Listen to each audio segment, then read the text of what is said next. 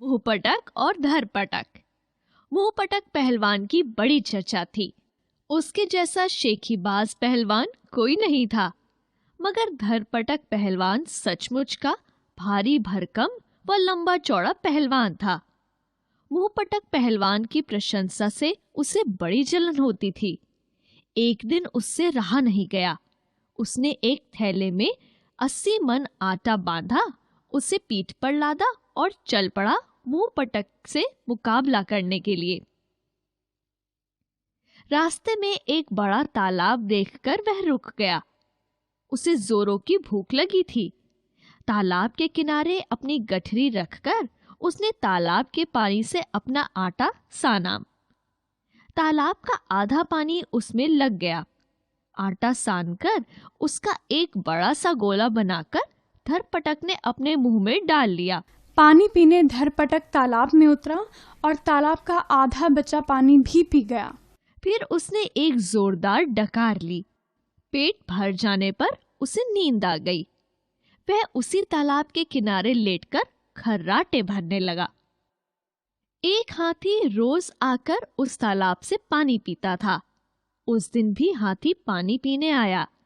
तालाब को सूखा देखकर उसे बहुत गुस्सा आया। वहां पर एक आदमी को लेटा देखकर हाथी ने क्रोध से उसके सिर पर अपना भारी भरकम पैर रख दिया। इससे धरपटक पहलवान की नींद टूट गई।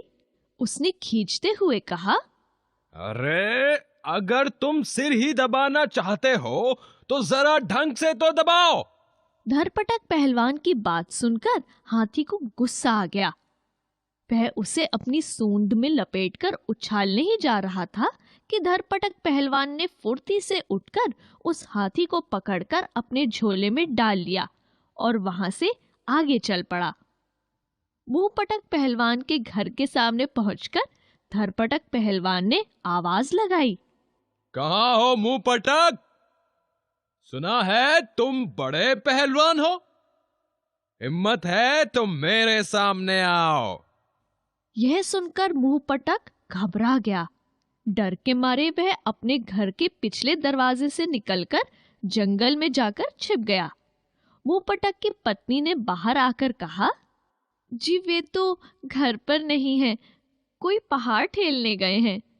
धरपटक ने झोले से हाथी को निकालकर उसके आंगन में फेंकते हुए कहा, इसे अपने पति को दिखाना और कहना कि धरपटक पहलवान उससे जोर आजमाना चाहता है। ऐसी विचित्र बात सुनकर मुंहपटक की पत्नी और उसका बेटा घबरा गया। लेकिन मुंहपटक का बेटा भी अपने पिता की तरह चालाक था। उसने अपनी कर्कश आवाज में चीखते हुए कहा, अरे माँ, इस आदमी ने मेरी ओर एक चूहा फेंक दिया है। अब बताओ मैं क्या करूं? घबराओ मत बेटा, अपने पिता को आने दो, वही इस आदमी से निपटेंगे। फिलहाल इस चूहे को झाड़ू मारकर फेंक दो। इसके बाद झाड़ू लगने की आवाज आने लगी। फिर उस लड़के ने कहा, माँ, यह चूहा तो नाली में गिर पड़ा। जिसका बच्चा इतना ताकतवर है वो स्वयं भी जरूर मेरे जैसा ही बलशाली होगा। मुंहपटक के घर के सामने काफी ऊंचा ताड़ का एक पेड़ था।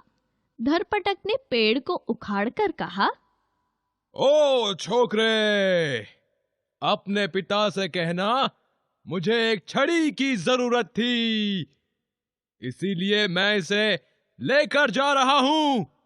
माँ, देख रही हो, यह दुष्ट आदमी मेरे पिता की दंत खोदनी सींक लेकर भाग रहा है।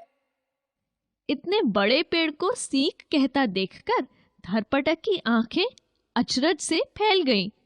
वह तुरंत वहां से भाग खड़ा हुआ। मुंहपटक ने घर लौटकर अपने बेटे से पूछा, कहाँ गया वो आदमी? वह हमारा ताड़ का पेड़ उखाड़ कर यहाँ से भाग गया। तुमने उससे कुछ कहा नहीं? जब वह लेकर भाग ही गया तो उससे मैं क्या कहता। बेटे की बात सुनकर मुंहपटक को बहुत गुस्सा आया। मेरा बेटा होकर भी तुमने मेरा नाम डुबो दिया। क्या तुम उसे कोई मुंहतोड़ जवाब नहीं दे सकते थे? चलो, तुम्हें ले जाकर नदी में फेंक देता हूं। नदी गांव से बहुत दूर थी। वह सोच रहा था कि जहां भी उसका बेटा घबराकर रोएगा, वह उसे चेतावनी देकर माफ कर देगा। बेटे को तो वह सिर्फ डराना चाहता था, लेकिन रास्ते भर उसका बेटा न रोया न उसने कुछ कहा। मुंहपटक ने उसे डराने के लिए कहा, हम नदी के किनारे आ पहुंचे हैं। हाँ पिताजी, मुझे लहरों के छींटे लग रहे हैं। इस जवाब से मुंहपटक को बहुत हैरानी हुई। उसने बेटे को कंधे से उतारकर पूछा, जरा सच सच बता तो, तुमने उस आदमी से कुछ कहा था या नहीं? उससे तो मैंने कुछ नहीं कहा था, मगर चिल्लाकर मैंने अपनी माँ से जरूर कहा था कि वह दुष्ट मेरे पिता की दंत खोदनी सीख लेकर भाग रहा है। शाबाश, तुम बिल्कुल मेरे जैसे।